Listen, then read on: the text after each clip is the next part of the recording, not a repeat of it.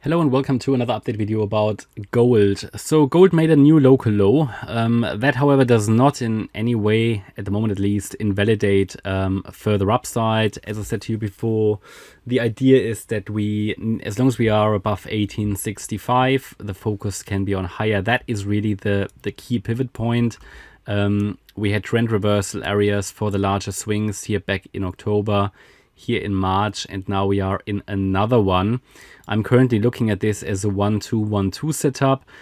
Yes, it could just be a simple ABC, which is going to make new lows, but for now, as long as bullish support is holding, and because the movements to the upside, they looked impulsive, I focus on higher, all right? And however, it really needs a break above this wave 1 high at 2062 to indicate that we are in the heart of a third wave rally, because the next rally would be a third of a third wave.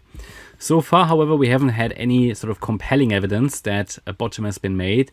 I think it is sort of in a broader bottoming structure here. You can see we came down in an A wave, topped in a high B wave, and we're now coming down in a C wave in a 1, 2, 3, 4.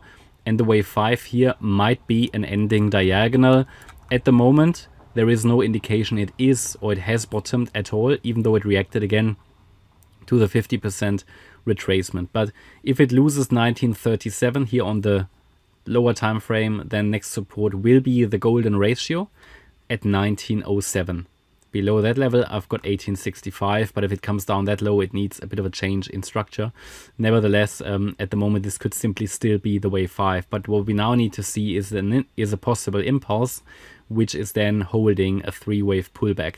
Last time we talked about this being a possible impulse, and it was impulsive on the way up. However, didn't hold the 3-wave pullback. So that's always what we need to see, especially on the micro level. We need 5 waves up, 3 waves down, and it needs to hold the higher low. Yeah, but at the moment it is back in a local downtrend, but in an overall uptrend as it seems. And as long as it's holding 1865, I don't think gold is in trouble imminently, which of course can happen, right? I mean, this is not a done deal. Don't get me wrong. Yeah, it's not a done deal.